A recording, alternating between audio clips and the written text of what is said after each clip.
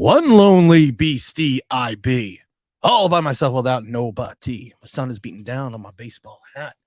The beer's getting warm. The beer's getting flat. Looking for a girl. I ran into a guy. His name is MCA. I said howdy. He said hi. What's up, everyone? What you guys doing today? It's Online Big Blue. It's New York Giants Straight Talk. It's Sunday. Truckosaurus. You got the 49ers coming out and basically saying Daniel Jones was trash. We got the Seattle game. We got the Seattle game coming up on Monday Night Football. Daniel Jones 1-11. Rich Norman says, I want Guar to sacrifice number 8 to the world. Maggot hail. People don't know that Guar is kind of a thrash rock metal band. Very much in the costumes. Very much into what I don't know what you'd call it. Very much into showmanship. I don't think we need to go that far. Mr. McCormick is in the house. Where is Rob? You know where Rob is? What is it, you period? That's where Rob is. We know it again. R0B is not in his house. That's why it's one lonely beastie IB. All by myself without nobody. We got Blackbird saying 22 completions, 137 yards, embarrassing. What the fuck? Daboll needs to take over the play calling. I don't think it's the play. I 100% don't think it's the play calling. I think, honestly, the 49ers, if you want to be honest, if you want to look at this from an honest perspective, you do not want to go into the Giant fandom and listen to what the 49ers said. How can you say you're wrong? How can you say they're wrong? They're clamoring about Daniel Jones' $160 million. What did he do to earn that 160? People will point to the playoff game. So you giving him $160 million for a playoff win against one of the worst defenses I've seen in 20 years and one of the worst playoff defenses I've ever seen. You're going to give him $160 million for that? You're not going to look at we don't look at the Philadelphia game. He's 1-3 since the Philadelphia game now. We're going to look at 2 quarters against probably the worst team in the league in the Arizona Cardinals. But we are going to forget the other 10 quarters. How are they wrong? I mean, I'm not trying to hate on Daniel Jones. I'm not trying to be mean to Daniel Jones. I'm not trying to be a Daniel Jones hater, but how are they wrong? Just think about that for a second. You gave a guy $160 million going into year 5 who really hasn't proven anything. You'll say, well, he had his breakout season in 2022. 3,000 yards, 15 touchdowns, another 700 yards rushing. And you got the ball bouncing your way the entire time. And now the 2023, the ball's not bouncing our way. And those games that we won last year by the tip ball interception, stopping the ball at the 1 yard line, all this stuff, not the non-calls and the penalties. I told you, you're not always going to get, what's up, OG? We're not always going to get these things. You're not. And then they basically come out and said, Daniel Jones looked like a deer in headlights. And there's nothing wrong with that. There's not. Hold on. I got to. I got the wife is texting me. Hold on. Make sure she's all right. She's out and about.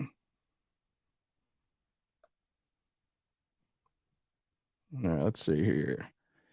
You okay? Hold on, everyone. Hold on one second. Right now, I have to mute everything for a second. Hold on one second.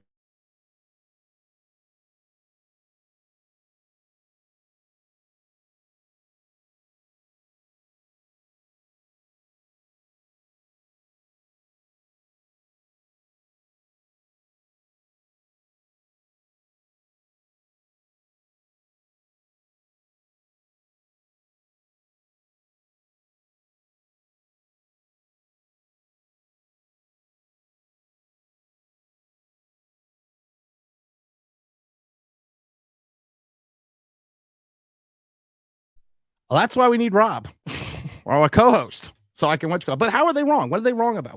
What did they say so horribly about Daniel Jones that they were so horribly wrong about? They spoke honesty. They spoke the truth. They spoke what, and the one guy came out and said, he's not a bad quarterback.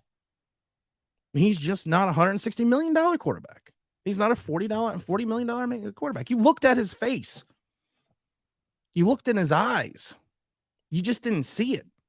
Again, it was the same against Dallas. It was the same against Philadelphia. When he gets hit in the mouth, I said it during the stream we did during the game. When he got hit with Bosa, the whole complexion of the game changed. Because when you hit Daniel Jones in the mouth, he doesn't get back up. That's a problem. He doesn't get back up. And that's what teams understand. And I said this, and people made fun of me for years. And it's coming to fruition again. You put the rush directly in Daniel Jones's face. And people say, well, you always put the rush there. No, you don't always put the rush there. No, rush can come out from the sides. It can come off a stunt. But you put the rush directly in front of him. You fluster him immediately. He folds. And it's nothing. It's just what it is. You could hate that. You could be mean about that. You can be upset about that. That's great, but that's just what it is. And when he goes up against good teams, when you go, I like Joe's. I can read your lips. Actually, you misread what I said. When you go up against good teams and good defenses, it's not going to get any easier. You can beat the bad teams all you want. And he only had 2 good quarters against a really bad team. But what the 49ers said, I'm always against people that speak in emininity. I don't want to say who my name, but you had one 49er come out and say it. He's not worth the cash. We knew it. We knew they called him. It's San Francisco papers called him the $40 million dink and dunk. Because I try to read the papers of the team that were playing. I think it was the San Francisco Chronicle. They call him the $40 million dink and dunk. That's what they were calling him. And they knew and I love it because they said, we know what he is going to do. The defense literally came out and said, we knew what he was going to do. We knew he wasn't going to go deep. Let's take a look at some of these comments here real quick. Let's see here. Giant34 says, Tim, my guy, what's up this morning, Sunday morning? It's all going good. Wife's not having a good day. I'm having a good day. Pimp name Slickback says, I guess the Niners players said Daniel Jones are overpaid. They don't know football. They don't. Sarcasm. I'm Tim. You're the man. I try to be the man. Mr. McCormick says, contact creators are actually blaming Darren Waller for not catching the 5 foot. I said this before, and I posted this on Twitter. I posted the whole play. Darren Waller is 6'6". He jumped, contorted his body behind him to try to catch a pass. So he probably, with his arms extended, you're probably looking at him being like 7'4", and Daniel Jones overthrew him. But it's Waller's fault. Kenny G's probably saying that. Evan Ingram's probably saying that. Golden Tate's probably saying that. Kadarius Toney's just laughing again. But don't worry, we don't need Saquon Barkley. Chris says, what's up, Tim? What's everyone? Blackbird says, the 49ers are a better team. They are a better team. And the Giants' offensive line is still in shambles. They do have some quality receivers. They didn't have a running game. But here's the problem. Your franchise quarterback, your $160 million man, your $40 million man, a year man, needs to elevate the play of those around him, because that's what a good quarterback does. I've talked about it a million times. Go back and look at the Tom Brady early Super Bowls. He was throwing the garbage. Phil Simms, outside of Mark Bavaro, was throwing to the likes of Byron Williams, Phil McConkey, Lionel Manuel, Bobby Johnson. Yeah, all household names. Todd says, a team they lost last to often, the team they lost to as often as they beat. You're right. Jay Emanuel says, I saw people telling Shannon Sharp didn't understand football over his Daniel Jones comment. And it's not a slight against Daniel Jones. It's not a knock about Daniel Jones. It's not about the play calling, because there is something we've talked about a million times before. We have mentioned this a billion times before. You get to the line of scrimmage. Blue 62. Blue 62. You scan the field. You look around. You call out the mic. You see they got 8 men in the box. You think it's a blitz. You pull an Eli Manning and you check out of the play.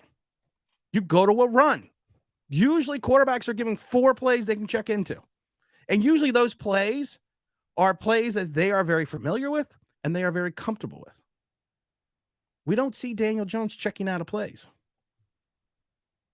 He does it every once in a while. He's pretty successful sometimes when he does it because you are putting yourself in an opportunity to actually make a play. But he doesn't do it. I don't know why. I seriously, I've never seen a fifth-year quarterback not check out of plays as often as Daniel Jones does. There was times that you knew the 49ers were going to blitz. That play by Bosa near the end zone, which was a safety, he did not stop forward momentum. He did not have him in the grass. That was a safety. But you know what? People want to talk about the back calls against the Giants. 49ers equally had back calls against them. But you knew it was going to be a blitz. So why didn't he check out into a run? You could run a draw play. It's okay. It's all right. You could delayed handoff, whatever you want to call it. That's all right. You can do that. It's all good. It's allowed. Blackbird shares the Giants could get out of their contract. They cut Daniel Jones in 2024. No, because in 2025, he's owed $22 million in dead cap number. Can't cut him in 2024 because we owe him like a $90 million. We have like a $90 million dead cap. You're stuck with Daniel Jones till 2025. People forget when Shane kicked the can on the salary cap this year a little bit. He kicked it down the road. Jones's dead number was 18 when he restructured, or actually when he redid Jones's bonus to get some cap space. He kicked $4 million into 2025. So that $18 million cap hit is now $22 million. What's up, OG? Mike Lee says the homers and DJ lovers lack perspective. It's simple. That's a great way to put it. It's very simple. It's very, very simple. It's not difficult. Good morning, says Stu. What do we got here? Todd says year 5, and he's been the guy getting all the reps for most of the time. He should be wondering how he's playing to a game play. I don't understand that as well. You're right. Daniel Jones probably gets 90% of the reps or 98% of the reps with the first team offense. There should be some fluidity. And like we've said it before, he's Shane Falco. When things go bad, they just go bad, and they continuously go bad until the fact that he's playing in quicksand. He'll have his moment. He'll have his one drive of the game. We called him One Drive Danny last year because he has his one drive of the game, and then the offense goes into the tank. You brought in an offensive-minded head coach, got a new offensive coordinator. You went out and got him weapons, drafted him a center. And we're still getting the same results, but at a much higher value. Chris says, DJ has proven the new contract was probably a very bad decision. So far, don't see things changing. I don't see things changing yet either. You never know, though. We have to be hopeful. We have to be confident. Jay says, Joe Shane forgot that his mentor, Brandon Beans, did in 2017 and 2017. Yeah, right. I'm not even going to read it all. 2017, the 49ers make the Bills make the playoffs. They lose in the first round in the wild card game. The next year, they signed Tyrod Taylor to a contract. The next year, they dumped Tyrod Taylor and they drafted Josh Allen. And I love it because now people's thing says, I love it because now Radical Sim is like, what, a 30-year-old tight end who's injured? You are probably the same one that was on your knees in front of Darren Waller when we traded for him. So I don't even want to hear you. You're too stupid. You're going to go to timeout. This is the kinder, gentler Tim. Honeypot. I think I see Honeypot, but I got to get through these comments. The kinder, gentler Tim just. Oh my God. What is this? Oh, that's if I only had a sack. Oh, that guy knows one thing. I got news for you, pal. You ain't leading but two things right now. Jack and shit. Jack left town. Don't be stupid tonight. I'm not in the mood. The kinder, gentler Tim might get locked in the closet again, so don't be stupid. It's only been 3 games. The Giants will be okay. Tell me that after Seattle. If Dan Jones goes 1-12 in prime time and we are 1-3, and then we're going to Buffalo, Miami, then Buffalo. Yeah, okay. Good, Joe Rev. Good morning. I didn't wear the hat, Joe Rev, because I knew you were going to watch code. I love this. So my lip syncing has improved. That's because I was talking to the wife. What's the earliest the Giants can get? Earliest contract they can get out is the end of the 2024 season, and they will still have the $22 million dead cap number in 2025. So everyone wants Mr. Williams. Anyone watch that Notre Dame game? Ohio State Notre Dame. That was a really good game. I really enjoyed that. My wife was so funny because I like college football, but I don't watch a lot of college football. So I watched a lot of college football yesterday because there were some games on that were actually pretty good. And she goes, "You're just doing that. You're just watching college football because you can't stand watching the Giants anymore." And I was like, "Oh, you could be right, could be wrong." OG says Daniel Jones isn't elite at all. I've been saying this since his second year in the league. The Giants messed up by paying the money out there. He also said we got a 2 for 2 for him, saying Tim John Merrick did to the Giants. He's that, and he wanted Daniel Jones. You're right. He wanted Daniel Jones. I think so too. Mike Lee says Seattle is a test for DJ. Can he put the team on the shoulders and leave the team in victory in prime time? He has to, because all the people that were out there and said, "Oh, we don't need to sign Saquon Barkley, Eric Gray, and Matt Breida and Brightwell. They could carry the team the same as Barkley does." You make my head hurt. Stop making my head hurt. Stop. I actually got off Twitter the other day because I saw so much stupidity. And I also now what I just, I got some of my notes. Now what I do is I post shit on Twitter just to get people fired up. I just fuck with people now. That's just awesome. There's this guy, the Shameless. I think his name is Shameless, but I call him Shameless. I post shit just for him so he can comment on it and think he's a big man. And then I don't comment again. I just sit there and laugh. And my wife goes, "This guy is saying this and that." I said, "I know." I said, "I do it just so the fact that," and I do this. I tell people I do this all the time. I just sometimes just do shit to start shit, and then I don't say anything because it's awesome. Because then you have these people like, and he's got like 100 followers. He's like, "Yeah, and this." I'm like, wow, man, I occupy so much space in that tiny little mind, and I love it. Yes, there's something very wrong with me. Evan says, how is that every quarterback in the league gets better in the second year? Same scheme, but DJ's having issues. Not a DJ hater, but just saying, you're not wrong, Evan. You're not wrong. The kinder, gentler Tim. He likes Tim the troll. I don't troll. I just leave the message. And sometimes I so blatantly do it that smart people, that's why Seamus is smart people will know Tim is just fucking around. But then you have this segment of the fan base that is just so ingrained to hate certain people. They just go off. And I love it because I just sit there and I laugh and I read the comments, but I don't comment back. I don't do anything else. I don't comment back, but I just watch the firestorm. I just watch it grow. And I just sit there and say to myself, these people have so little lives that this is what they're doing for hours. I'm retired, so I don't have to have a life. I lived my life. I don't have to have a life. My life consists of drinking coffee, fixing motorcycles, and hanging out with my kids and my wife. That's my life. I just love it. Todd says one of the fewest 10-yard throws they did was a DPI to the Niners. You need to take your shot downfield. Yeah, you're right. OG says 111 in prime time. Yeah, he might be 1 in 12. Jay says, as much as I want to blame DJ, Kafka has to go. Seems like he doesn't know the strengths of his offense. But the problem is this: everyone blamed Jason Garrett. And I said last year, and this is what everyone was saying at the end of the Kafka is going to get the Northwestern job. He's going to get this. He's going to get this. The offense was really not much different than it was in 2022 under Garrett. The only problem was Jones missed multiple games. His stats would probably be almost identical to what he had in 2023. The offense isn't really any different. Every once in a while, they take a shot. Every once in a while, they do things, but it's really not much different. The first drop on Waller, was on Waller before that. Yeah, I was on Waller. I agree. But you can't say the same thing with Waller. If you throw, the guy is extending to like 7'5", and your quarterback who had a clean pocket, overthrew him like he was an 8-foot wide receiver. Mike Glenn, same thoughts on the Waller drops. Danny says the play calling was horrible. But here's the thing about the play calling. Was the play calling horrible, or was the fact that your quarterback, make sure you hit the like button, doesn't check out of plays? We talked about this in one of the videos.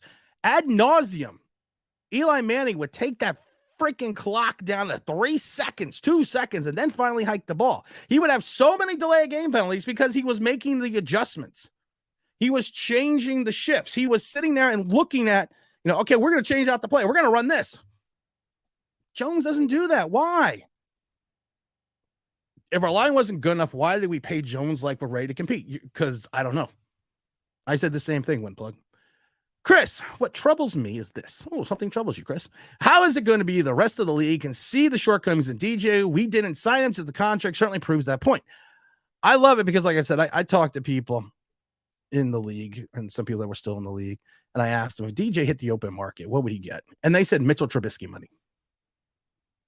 3 people from 3 different organizations. Yes, and one of them was in Philadelphia. He said Philadelphia doesn't really count. But they said Mitchell Trubisky money. That's what he should get. We got a super chat from the Pimp Named Slickback.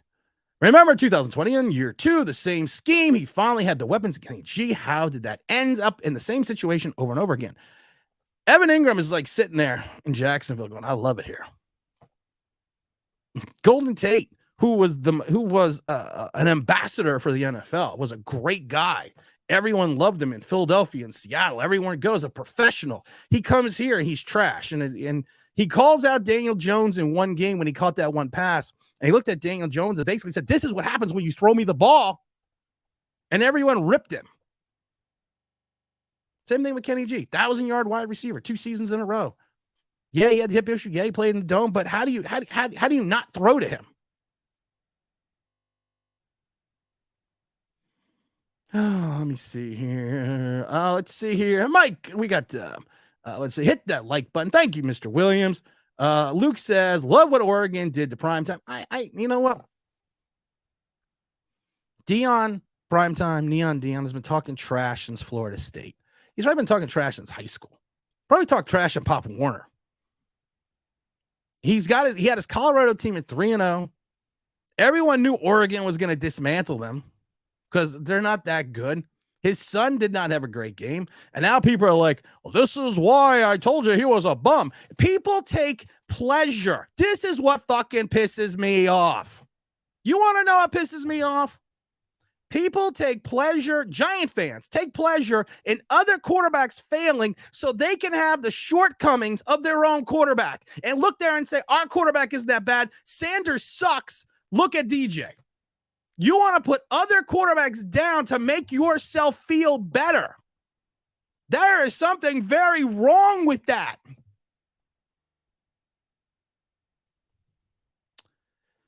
There's real possibility going 0-6 in the division. Eric Bieniemy can carve up his defense. I love Eric Bieniemy. I thought Eric Bieniemy should have been the Giants offense coordinator. I thought at one point in time he should have been the Giants head coach. I have no problem with Brian Dable. I thought Bieniemy deserved his shot. I think he started off with Andy Reid as the first couple of years, he installed the game plans for Kansas City. And then the last 3 years in the Super Bowl wins, he actually called the plays for Kansas City. And I thought he did enough to earn a job in the NFL as a head coach. And I would have been fine with it. I actually wanted him to be the Giants head coach. Isaiah says, good morning, Tim. If DJ doesn't work, do you think Joe Shane to stay their own drafted quarterback? I don't know. It depends on where they end up. It depends on where they end up in the 2024 draft. Mike Lee says, the kinder, gentler Tim, more like Tim the Troll. Hey, Tim. How long? Hey, Davey. Yeah, it is Davey. It's been, how long have you been? No time see. Did you get the Daniel autograph? I actually have a Daniel Jones autograph. And I love it because people, like I said, people say I hate Daniel Jones, but I've seen and talked to Daniel Jones more than any content creator out there. And I actually got an autograph from Daniel Jones last year. I don't talk about it because of the, I'm glad Davey brought it up. I don't talk about it because, it's nobody's business. It's nobody's business. But I actually did get a Daniel Jones autograph. We need to fire Kafka. He should be bunching the wide receivers up to get the gun because they can't get separation on their own. They can get separation. A gaslighter. I just found out what gaslighting meant like a week ago. So my wife had to explain it to me. Because I told her, I said, I don't know what the hell this, because we're watching one of her TV shows. She watched these reality shows, and this guy was gaslighting this girl. And I asked my wife, I said, what the hell are they talking about? Because my wife is a lot younger than I am. And she's like, gaslighting. It means this. It means, And I was like, well, why are they calling it gaslighting? Why don't they call it setting shit on fire? Let's see here. We got another super chat here. We got 2 super chats, one from the Pimp Next. Evan Ingram, 800 yards last season, career year. He is actually a Pro Bowler, and he had the right to be a Pro Bowler last year. Thank you, Pimp. Big J comes in and said, my biggest worry about this year is the easy games are going to be tough. The Commanders, the Packers, the Saints, the Rams all look better than us. Everyone gets their schedule, and they check off their games. I don't do that anymore. Because you don't know. Because, one team like the Giants last year, everyone probably thought penciled in the Giants for an easy win.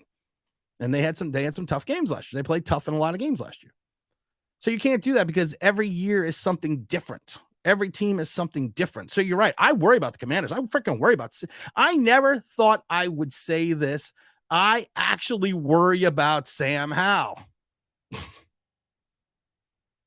Last year, I was on the field before kickoff, and we talked about it when it happened last year. And we were walking on the sidelines, and Sam Howell was throwing the ball, and I looked at him and I said, "Dude, this guy." I never knew how big Sam. I thought Sam Howell was small for some reason. I'm looking at this guy like this guy looks like an NFL quarterback. And then people, and I was like, I always thought he was. I look at him saying, he's probably not going to be nothing. Boy, I was wrong about that one, wasn't I? Giants say 34. Calling the play, and we're saying DJ is limited quarterback. The OC needs to make a game plan. That's the thing, I think. I think the Giants are making a game plan for Daniel Jones. And you can go out and get your Hyatt. You can go out and get your Waller. You can go out and bring Wan'Dale Robinson back. You can go out and re-sign Darius Slayton. You can have Isaiah Hodgkins. You can bring all these guys in. You can have Daniel Bellinger. But if your quarterback is limited, that's going to be a problem. You have to game plan to what your quarterback does well. Why does Purdy in 13 games look better than Daniel Jones in year 5? I don't know. That's a good question. That's a great question. I think, I don't know. Let's see here. Unless the Daniel Jones pulls 180, it'll make sense why the Giants paid him that money. Could have gotten the same production for much cheaper. You could have gone out and got it. Don't forget the like button, guys. You could have gone out and got a quarterback a lot cheaper than Daniel Jones and probably had the same production. You're really not right, Jerry. You're not wrong, Jerry. You're not wrong at all. We got the big gigante in the house. What's up, Tim? I've been watching Shannon Sharp. Ochocinco say the Giants got hosed on paying Daniel Jones. Purdy is better just because he knows how to process. Daniel Jones still does take too long to process plays. He really does. In year 5, I would think a quarterback could process the information a lot faster. Need some coffee now. Usually I play sound effects so I can drink coffee. I don't understand it. Do you think Mara wanted to resign? I think it was a team effort. I think the problem was the Giants didn't expect to make the playoffs last year. Their position draft-wise was so low, it didn't make sense trade value-wise to trade up from their position to a higher position to draft a quarterback. I think if the Giants did not make the playoffs this year and they were in the top 15, they would have traded into the top 10 and drafted a quarterback. I do think that. Every weapon will bring in sucks because the man wielding the weapons suck. Thank you, Mr. Williams. Buzz says, what's up, Tim? Let's sign Jason Pierre-Paul and get the pass rush going. We have pass rushers. Azeez Ojulari can't stay on the field. Kayvon Thibodeau plays like a robot. You got King of the Almost Sack. King of the Almost Sack. You got Sexy Dexy. You have talent up front. You got Ashawn Johnson, you got DJ Davidson. You have talent up front. Here's the problem with the talent up front. We got Gash for 140 yards on 30 carries last week. Dallas ran over 100 yards. It's the same problems. Off tackle left, off tackle right, over the top, up the run up the middle. Same problems. Bobby Okereke, if anyone wants to talk, needs to start doing something. McFadden cannot outplay Bobby Okereke. He can't. And he did. And he has. The kinder, gentler Tim. Michael Strahan, 15 games as a starter, 40 tackles and 4.5 sacks. Kayvon Thibodeau, 15 games as a starter, 50 tackles, 4 sacks. I don't think Kayvon is a bust. It's just about progression.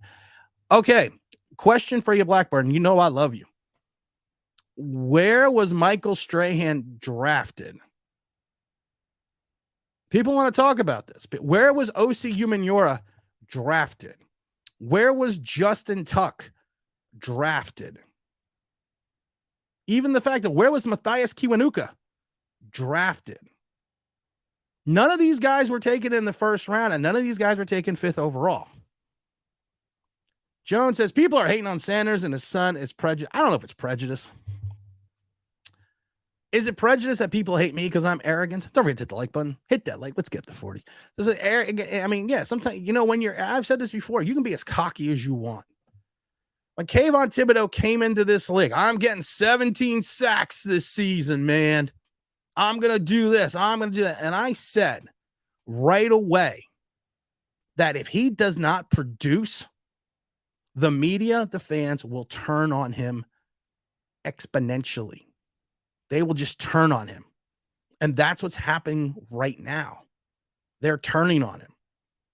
Because you can't be boisterous. You can't be arrogant. You can't be cocky. Lawrence Taylor, I'm young enough to remember when they drafted Lawrence Taylor. I remember I saw Lawrence Taylor throughout his entire career. Lawrence Taylor was the cockiest son of a bitch on and off the field it was. But you know what? He backed it up on Sundays. And then some. Jay said, Golden Tate Bakesley said Jones has the physical attributes, but he overthinks the plays. He did say that. Oh, G says, preach, Tim. Mike says, rational Giant fans upset about Jones's contract because the team wasn't talented enough to compete for the championship. You're right. What happens is this. The Knicks always make this mistake. The Mets make this mistake a lot. They think they're a player away. They think they're a quarterback away. They definitely think they're a contract away. And they go out and spend the money when everyone else in the league looks at the roster and says, you are way, way away. Greg says, come on, bro. Deion did not even have a proper recruiting season watch. He didn't. He used the transfer portal. I'm down with that. Like I said, I believe in Deion. I think it was a miracle what he did before. I think it's a miracle what he did the first 3 games. I think his son played well. I still don't think his son's a top 10 pick. I think he just played poor competition. They ran up the score. But you got to give Deion all the credit in the world. Davey says the defense sucks. Kayvon says, anyone seeing Kayvon? His family is starting to get worried.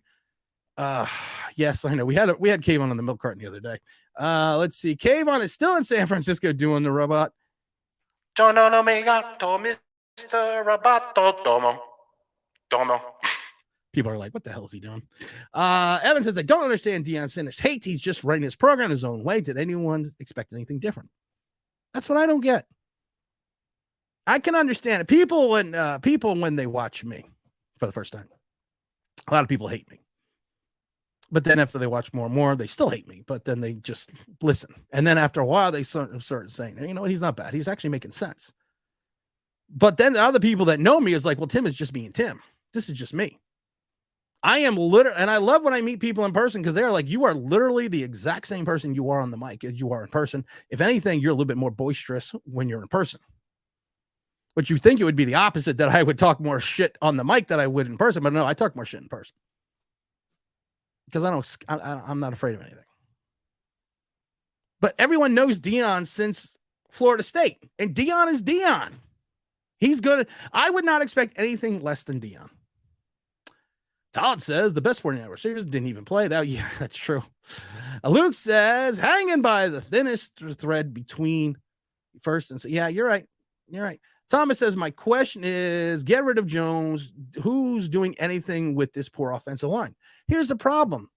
To everyone's point, if you know you have a bad offensive line, you know you don't have the wide receivers, if you know you're going to be a couple of years away, why hamstring yourself by paying a guy $160 million who really has done nothing to deserve it? That's a fair question, Thomas.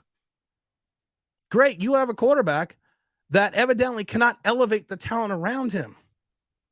Josh Allen, Patrick Mahomes, elevate Tom Brady when he was playing, Aaron Rodgers when he wasn't hurt. All these guys elevated the talent around him.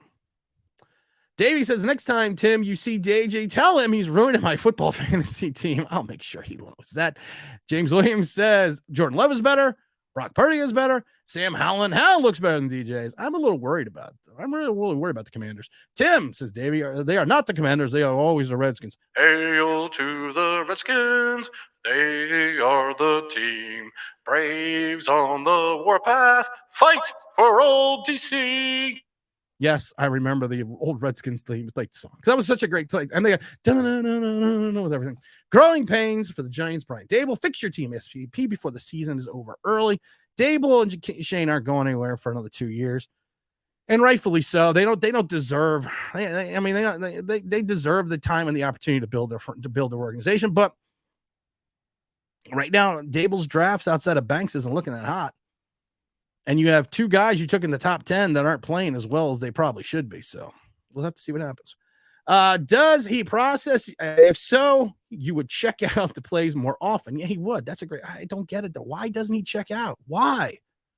For the love of God, when I'm watching the game with my wife, and my wife, who actually is pretty astute about football, looks and says, they're gonna blitz. They're bringing 7. You're protecting with 5. And you don't check out of the play, and you are stunned that it's a sack. You're dumbfounded. How did they get the sack? It was the offensive line fault because there was only 5 people blocking, and they were rushing 7. Jay says, I hope Darren Waller doesn't feel like the fans and the media got to him. He's still a threat. He is a threat down the field. I said this before about Waller. If Waller played like he did couple of years back, they were going to have something. If Waller comes up and starts laying a goose egg, the fans were going to turn on exponentially. Calpnover says, hey, Tim, I saw on Twitter someone looked up the amount of times oh, yeah. Actually, someone looked up the amount of time that Brock Purdy had to throw and Daniel Jones had to throw. And Jones had more time to throw. I saw that. Gigaspan says, do you think that we have an issue with Dable getting the team to come out strong in the gate? Seems like he's coming out sluggish. I don't blame the head coach. I blame the head coach for when a team comes out flat. The Giants did not come out flat against Dallas. They did come out flat, I would say, against Arizona. I don't think they came out flat against the 49ers. I think the 49ers is a better defense. I think the preparatory needs of a better game plan of what needs to happen. I need to think there needs to be an understanding with your quarterback on how to get out of certain plays. Now, here's the problem. Every quarterback wears a headset. Now, the headset gets cut off when they head to the line. I would think, or I would hope, that someone's scanning the defense and they get on the headset before he gets to the line. The headset gets cut off and say, Daniel, it looks like they're dropping the safety deep, or it looks like they're bringing the safety in the box or something, and then help him diagnose a play, because it reminds me of when he played for Shermer. Shermer had the most brilliant game plan for Daniel Jones. Go back and watch the film. Talked about this a million times. Shermer had a rookie quarterback. So we understood what I'm going to do is I'm going to cut the field in half. I'm going to give Daniel a check down. I'm going to give him a deep option, and I'm going to give him the ability to run. If the deep option isn't there, check down. If not, run. And at that case is if I tell you, just throw the deep ball no matter what. And he was successful because that will work for a successful period of time. What they did last year for a good amount of time was play action rollout. Daniel had one target, usually the tight end. If the tight end was covered, he could then run. And that was our offense for a period of time last year. I remember the Texans game. I remember looking at the Texans game going, I said, I don't understand how even the Bears game was like, I don't understand how these two teams can't figure it out.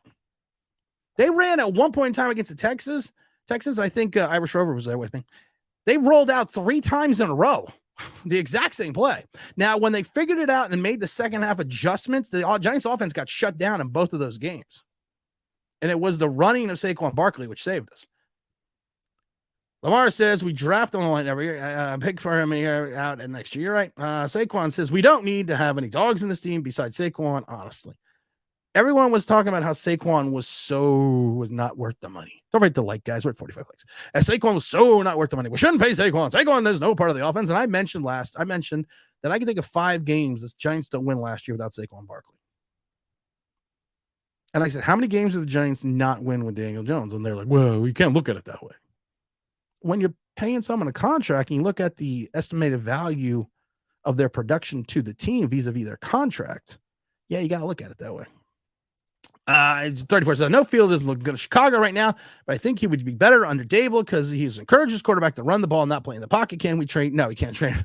Contract would be destroyed. Salary cap would be destroyed for both teams if you even thought about making that trade. Let's see here. Got ourselves a super chat. Of course, all super chats go to the Philadelphia Children's Hospital. I do see the Irish Rover. Peter says, all of our 22 starters, can please name the guys who you're happy to have on the team. If half of them are what you suggest, what would Shane do? The problem is this, you know, if you go to the, I'm not going to name everyone, but you go to the offense, you want to probably keep JMS. You want to keep Andrew Thomas. You're probably still going to keep Evan Neal.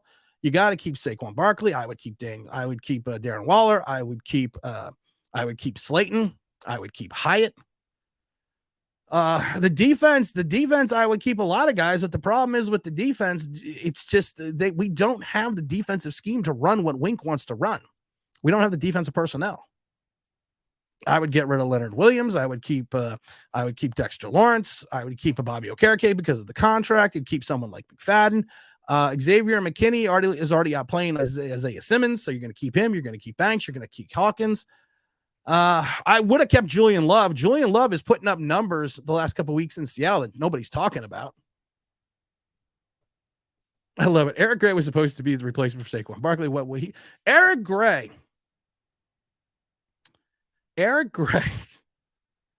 was a culprit in the downfall of the Giants in that 49ers game.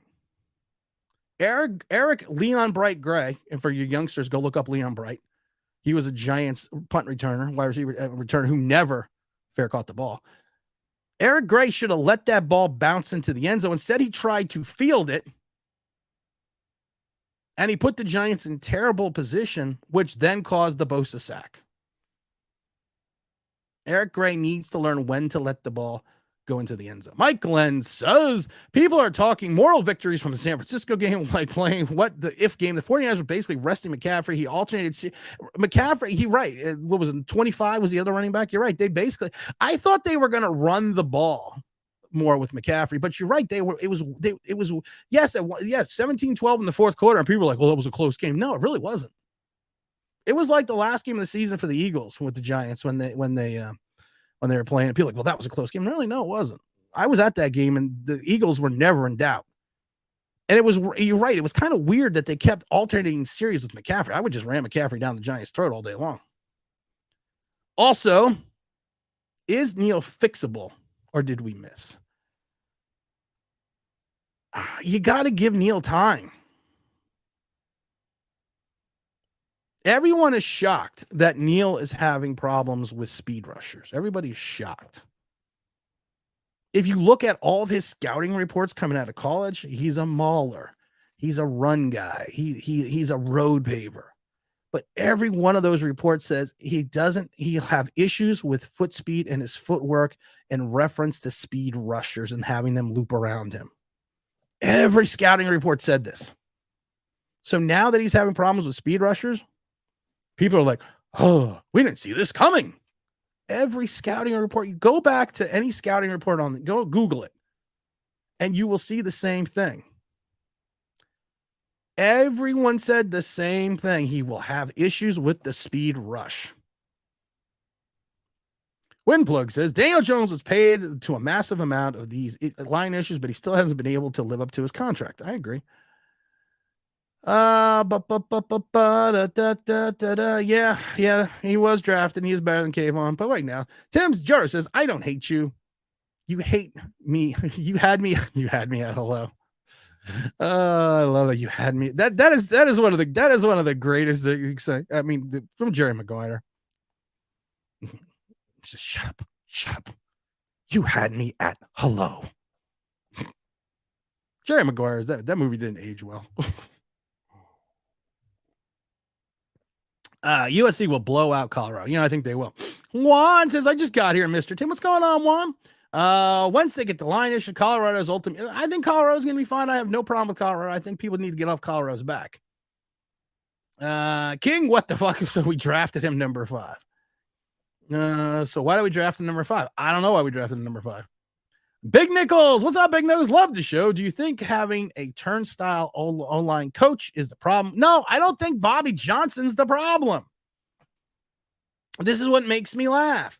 When we played well in the second half in Arizona, you don't hear a boo about Bobby Johnson. When the Giants' defensive line has been a turnstile for the last 4 games going back to Philadelphia, no one's complaining about the defensive line coach of the Giants. They'll say, well, look what he did to Dexter Lawrence. Dexter Lawrence, Leonard Williams, DJ Davidson, A'Shaun Johnson, Jordan Riley was in there, still can't stop the run. Is that the defensive line coach's fault? The problem is this. The defensive line has more talent than the Giants' offensive line has. 100%. So the coach should be better with these guys. The problem is you got a bunch of mismatched guys, first, second-year players coming off for injuries, rookies are coming off into the sophomore season, a bad season, but it's the offensive line coach's fault that these guys suck. But even the defensive line has exponentially more talent. The defensive line coach has nothing to do with it. It's just the easiest thing to blame. Go back to the Coughlin era. First, they fired the defense coordinator and the offensive coordinator. Then they fired the head coach. Then they finally fired the general manager. It's the progression already. And that's not just with the Giants. It's all NFL teams. King Chris TV says, Kayvon was never going to be a top 5 pass rusher. He was more of a run stuffer in college. And I said this before, Kayvon Thibodeau reminds me of O'Shane Ximines. O'Shane Ximines out of Old Dominion had 10.5 sacks. Basically, was a speed rusher with one move. Kayvon is not a speed rusher. He has a limited amount of pass rushing moves, and he's sitting there celebrating because Brock Purdy ran into him and he got a sack. And he's celebrating it like he just stray-handed.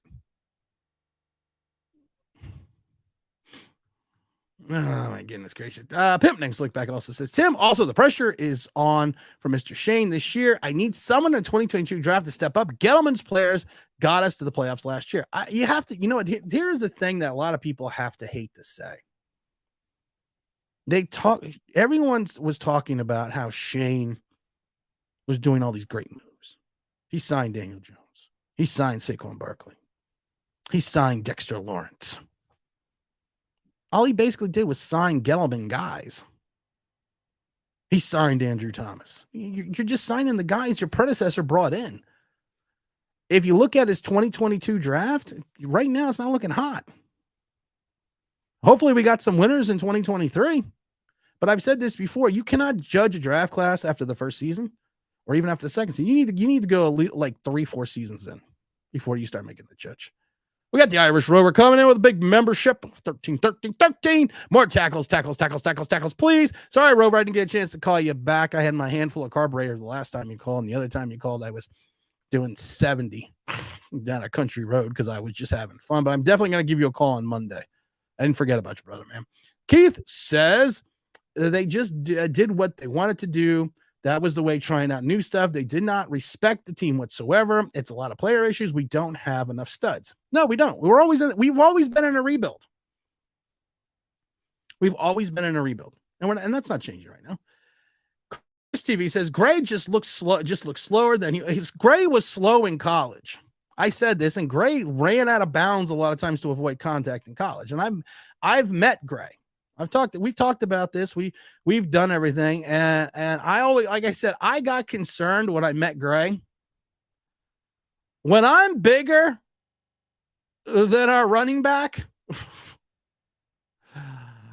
then we got problems. There's me and Eric Gray. When I'm bigger than the running back, I got some problems sometimes. I got some problems when I'm bigger than the next guy. Wan'Dale Robinson, we're going to talk about Wan'Dale Robinson. I mean, Keith said, preach. I'm not preaching, guys. I'm just being honest. Brutal Juice, Frankie S. The sounds of Sinatra and the way you look tonight. Oh, what do we got here? It's going to be a very long year. We're going to be up and down. We're going to be fine. Oh, we got a nice big super chat. And of course, all super chats go to the Philadelphia Children's Hospital. DJ took us to the playoffs, won a road game, and looked great in the game. Had the lowest interception percentage in the NFL. Ran for 700 yards, 7 touchdowns. They did not pick up his option. What was he supposed to do? Not negotiate a new contract. Well, first of all, thank you for the super chat, because all super chats go to the Philadelphia Children's Hospital, so you're helping out the kids. Here's the thing. The Giants won a playoff game, 100%. Daniel Jones was awesome in that playoff game, 100%. Daniel Jones, if you look at league average in reference to yards passing, touchdowns, the amount of time the ball travels in the air, if you take a look at the yards per play that he has, if you look at the averages compared to NFL average, he was well below NFL average on all those statistics. Because everyone wants to talk about the interceptions. Everyone talks about that. That's great. Said it last year with his 700 yards. He's not going to get 700 yards this year. Defenses like the 49ers are going to stay at home. They're going to leave a linebacker at home. They're going to leave a safety at home. Like the linebacker, I think it was 55 on the linebackers. Daniel Jones went for a designed run to the right side. 55 was in the middle of the field. And I said it during the stream. He cut Daniel Jones off at the pass. It was like a cowboy movie. Cut him off at the pass. He cut him off at the pass for a 2-yard gain. And this is the thing I don't understand. You want to talk about Kafka? Here's the thing I don't understand. Jason Garrett ran Daniel Jones at times when it was effective.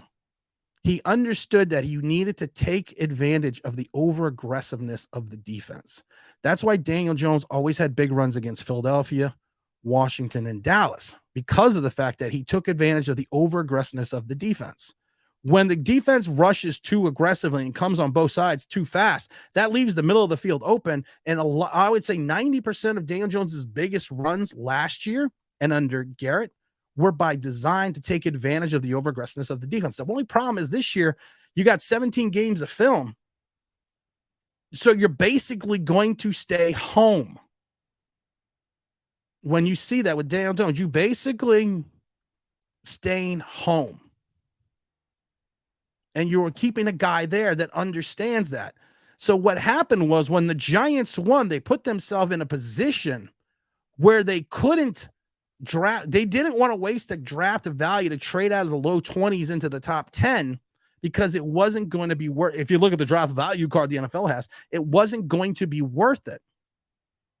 Their value was this: to sign the quarterback to a short-term deal and then hope he becomes something. And if he's not, you could get out of the contract quicker. The only problem is he took less money up front. He's going to kill us in 2024. And now he's got a $22 million dead cap number in 2025 because of the fact that we kicked $4 million down the road to renegotiate his bonus so we could have operational cap space to move around. So the lowest interception percentage is great. But also when your yards per play is like 4.6 and the average is 7, that means you're checking down. That's all that means. You built an offense. You built an offense predicated to the skill set of Daniel Jones. That's why they were calling him the $40 million dink and dunk quarterback in San Francisco, because even the 49ers said we knew what was coming and we knew he wasn't going to go deep. But thank you for the super chat. All super chats go to the Philadelphia Children's Hospital, helping out the kids. So, Peter, my salute to you. I'm going to give you a sound effect. I'm going to give you a sound effect, Peter. I don't know what it's going to be. I am just going to roll through it and find you a sound effect. And that's going to be the Peter sound effect. And it's going to be, here we go, for Peter. There's heroes and there's legends. Heroes get remembered, but legends never die. There you go. What do we got here? Again, Danny Dudd says Saquon's best year was his rookie year with Eli Manning. And year 2,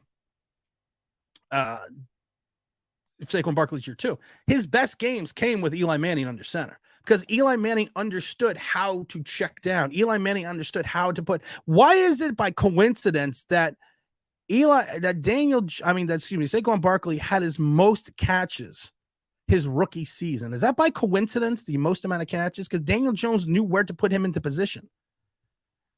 Anyone out there is hating on Colorado when the Giants are one of the worst teams in the league need to point the finger. Yeah, you're right, but it's all good. Patterson is the defensive line coach. Thank you. Zach Attack, I don't know where I would be without you, Zach. Thank you, Zach Attack. Line coach since 2020, a total of 2 years. They made the playoffs one time in 2020. You're very good. You're right. Let's see here. That hurts. What did I say that hurts? I'm sorry. Chris says, I don't think Bobby Johnson is the problem either. It's the talent we have to work with. I agree. Caden says, howdy, Tim. Howdy. I always think of anytime anyone says howdy to me, I always think of Ryan Trahan. He's a YouTuber my son watches. I have to watch Mr. Beast. I have to watch Ryan Trahan. I gotta watch all these people, and he has got a howdy line. But then I also think of Toy Story with howdy. When Woody gets put in the box and the shark comes up with the cowboy hat and goes, I'm Woody. Howdy. There's something very wrong with me, but that's all right. James Williams says, someone name me a draft pick by Shane that has shown promise. I'll wait. Banks looks like a player. I don't want to be a player no more. He looks like a player. Hawkins looks like he's going to be something. He still gets turned around a lot. Yeah, that's where we're at. Key says, preach, Tim. Brutal juice. Pimp juice. Talking about my pimp juice. Blackbird says, Wan'Dale Robinson. I am still very fearful for Wan'Dale Robinson. I really am. Said this the day we drafted and said it on the draft stream. Wan'Dale Robinson gets pulled down from behind a lot at Kentucky. He doesn't seem to have the pure breakaway speed. And I said he needs to learn how to protect himself on the football field, or he is not going to make it out of his first season. He didn't make it out of his first. Actually, I said first game, then first season. And what I saw the other day, I was a little more concerned with the fact that he is going to come down to some injuries. What the fuck? Wan'Dale Robinson done? Seriously, he had one good game. Blackbird says before he got hurt in the Detroit game, that's one game though. Kadarius Toney had one good game in Dallas. Without Daniel Jones at the quarterback, and then got himself thrown out. Wan'Dale Robinson, honestly, is the only wide receiver who seems to be able to get open. No, I don't think that's true. I think Hyatt can get open. I think we just got to throw the ball to Hyatt. Tim said, let's say David says, Tim is the problem. You are the size of Iron Head Hayward. I'm pretty big. Thank God I've lost a lot of weight. I'm pretty big, though. You're basically a bodybuilder. Of course, Gray's going to look smaller. Yeah, okay. I wish that too, Prince. I got back on the Bowflex though. Bowflex I've always dropped the weight, and I'm doing physical therapy now. Like anyone cares, but I'm doing physical therapy now 3 times a week and going to the chiropractor because I have a compression in my spine and both my neck. And then you combine that with the 2 ACL surgeries and ACL replacement on the one knee and the shoulder issue with that. I'm actually, you know, what's funny? My chiropractor told me I'm actually probably going to be anywhere between an inch to a half an inch taller once I get this compression issue fixed. Kind of excited about that. Well, we got Peter also dropping the big super chat for the Philadelphia Children's Hospital. Sounds like you're saying Saint should have tagged him, offered him a lower number. If he refused, let him walk. I'm not saying that's wrong. Just want to make sure I understand. Yes, if it was me and you really wanted to keep Daniel Jones at the $32 million cap number, I would have tagged him. I would have signed Saquon Barkley.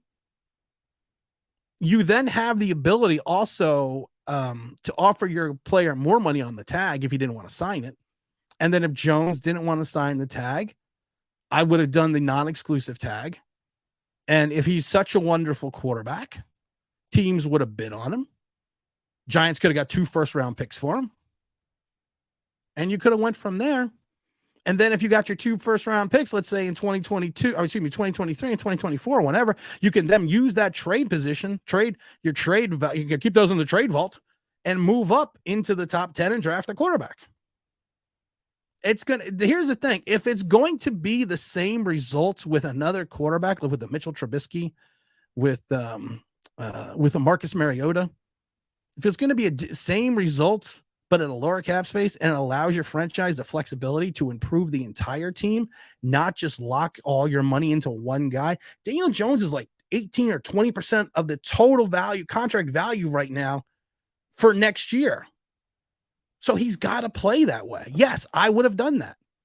I would have tagged him. signed Barkley. If he refused to tag, I would have just let him do what he needed to do, got proper trade value. Or like I said, if he was such a high commodity, there would have been a bidding war for him. Giants would get 2 first-rounders. Some team would get their franchise quarterback. We would save all that cap money, we would then be able to turn around and go into free agency and actually get some offensive linemen, get some linebacker help, and then still have cap space in 2024 and 2025. I know I'm the only idiot that likes talking about the cap space next year. And I always do this, and I understand that. Make sure you hit the like button. I'm the only idiot that likes to do this.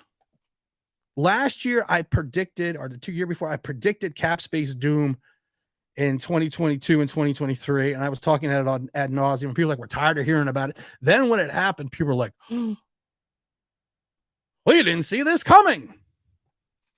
And I've said this before. You could hate me, you could be mad at me, but math is math. And I've always said this. Math is math. I did not invent math. And I will say one thing, we have been wrong on this show many times. We have been right on this show many times. But one thing I've always been right about, by at least $100,000, negative or positive, has been the cap space. And you can go back and watch any video where I projected cap space for the next year, and I was right. So Daniel Jones, if he does, and I said this the day they signed him, if he does not progress, if he does not turn into Patrick Mahomes, if he doesn't turn into Josh Allen, if he doesn't turn into the quarterback messiah, this franchise is doomed for the next 3 years. So when people say, well, you want him to fail, I always hate when people say that on Twitter, just because you comment on something, you say something, people are like, well, you're just a hater, you want him to. No, I don't want my quarterback to fail. Like I've said, I've met Daniel Jones in person. I've shook Daniel Jones's hand and told him, hey, listen, good luck. No, you got this. I was the idiot that asked him the question at the town hall. And it wasn't a bad question. I just asked him a question about how he's going to continue the renaissance of his career. But at the end of the day, it's this. If he doesn't perform, if this is a season where he only throws for 3,000, I've said that, and Peter, I'm going to ask you this question. I'm going to ask you this question because this is a question I ask every Giant fan. And this is, if Daniel Jones had these identical statistics in 2022, and the Giants went 7-9-1 and didn't make the playoffs, do you re-sign Daniel Jones? We got I'm Johnny Wishbone, psychic extraordinaire. If you need me, just think Johnny Wishbone and I come running. Lots and biddles. It's like kibbles and bits, but different. Excuse me. Sorry about you. Mr. Belford, I actually just watched Beverly Hills Cop 2 the other day. So I had to play the whole sound effect for you. Greg says Wandell was a bad pick. We were all on that stream. I don't know if he's a bad pick. Like I said, I didn't like the pick when that happened.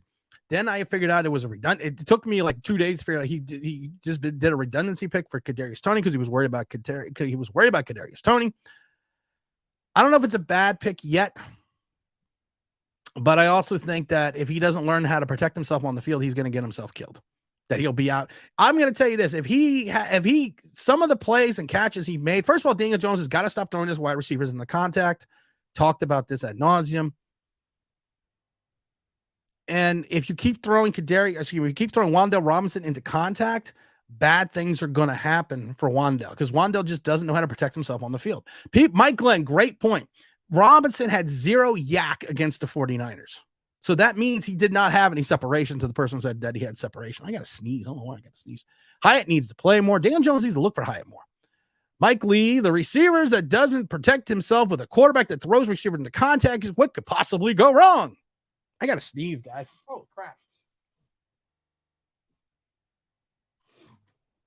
I got to sneeze. I just can't sneeze. Richard says, let's remember Shane took Wandell Robinson over. I don't want to talk about that over Pickens. Yeah, I know. I remember that. We got the big Zoe in his house. What's going on, Zoe? Oh, I got something. Jesus, I'm having a rough day today, guys. Bruce says, preach, Tim.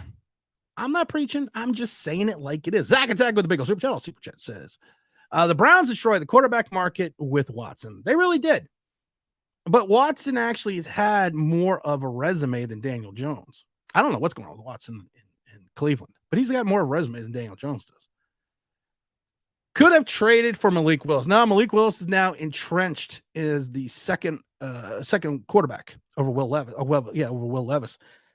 And I think it's funny until that last series with that the Titans had, there was actually talk about putting in Malik Willis, about getting rid of Tannehill and playing Willis, which I thought was freaking hilarious. Let's see here. We got the big James says, what teams you going to chase Jones, but us, you guys are loco and cabeza. Glenn says, it is funny that people have said for years, if you would have gotten rid of Jones, who would you have replaced him with? We lost to a team with the quarterback, Mr. Irrelevant, the last pick. I've said this before. There's always somebody out there. Davey says it took 50 years for the Kansas City Chiefs to have a homegrown quarterback. Len Dawson to Holmes. Well, you had Gannon. Who else? I can't sneeze, man. I can't sneeze. You had Gannon. You've had guys in Kansas City. Let's see here. We got also the super chat from Big Peter. Peter says, I'm gladly answer. My position of all the time is this: every quarterback needs to ask themselves about these questions. Do you have a top 10 quarterback? If you don't have one, then do whatever it takes to get one. But here's the thing, Peter. You're not answering the question. I'm specifically asking Peter the question. I'm specifically asking you, Peter.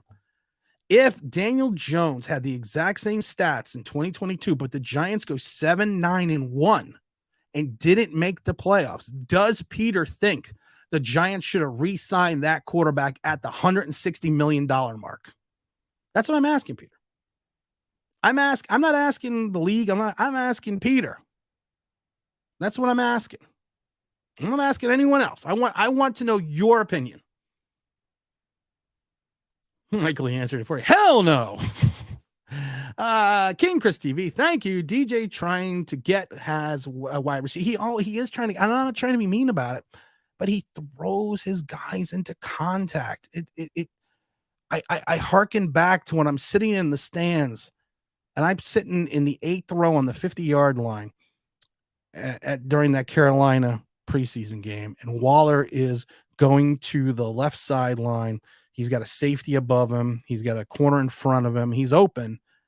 Daniel Jones leads him too far and throws him into the contact of the safety, and Waller drops the pass, and everyone blamed Waller. But I'm thinking to myself, why did you lead him so much? Why didn't you throw it a little short and have him come back for the pass? Because Waller is a quality tight end, instead of leading him into contact. I get so worried. I just get worried about that. Okay, I'll give you Banks. Well, thank you. Frankie says, what's wrong? He said, Jones equals Wilson. You know it's a car wreck, but you can't look away. You have to look away. Hey, Dennis says DJ's arm speed is too slow to be elite. He is not very accurate passer. He pulls down. Eventually he'll get injured running. Yeah, he's also got to learn how to slide again, Daniel Jones. He did a couple head firsters that were head scratchers. But you're right. The problem is he looks great against the all shorts team. His ball placement looks good, but as soon as you put him on the field against live defenses, his ball placement just Arizona game, he leads Hyatt a little bit more, doesn't lollipop it. That's a touchdown. He throws the ball to the inside shoulder of Slayton on that one play that Slayton made a wonderful catch on that carried him out of bounds. That's a touchdown. There was a couple short balls he threw in Arizona as well. He throws his wide receiver in stride. It's a touchdown. Where's Talk with Zoe says, I think Shane's righting the ship by drafting a quarterback in 2024. It's the only way to buy himself more time and put a fresh face on the helm of our franchise. I agree, but I think it might be a year late and a dollar short. That's what I worry about. Mac Jones. Mr. Basketball Jones. Oh, we got a pimp name. Slick back dropping the big super chat for the Philadelphia Children's Hospital. The Niners spent 3 first-round picks to get Trey Lance. They moved on after season 2. They found a guy in the bottom of the 6th. Actually, it was 7th round. Looks pretty good. There's always somebody out there. Go back to the Redskins. Yes, this is Redskins. Redskins draft Heath Schuler. I think it was a 5th overall pick. Big-time quarterback Heath Schuler. Then they take Gus Frerotte at the end of the draft. At the end of the season, Frerotte is starting over Schuler. Within 2 years, Schuler is traded to where did he go? He went to the Saints. Farrat becomes the starting quarterback. He does something stupid. He bangs his head against the wall in Giant Stadium on a running for a touchdown. He gives himself a sprained neck. He's out for a bunch of games, but he actually has an NFL career. You can be wrong. Peter says, if I could get if I could get a better quarterback, no, don't sign DJs. If I can't, then yes. You don't face tanking. No, it's not about tanking. You could still get a guy. You could have got a Mitchell Trubisky this year. You could have got a Marcus Mariota. You could have drafted someone. There's so many things that you could have done.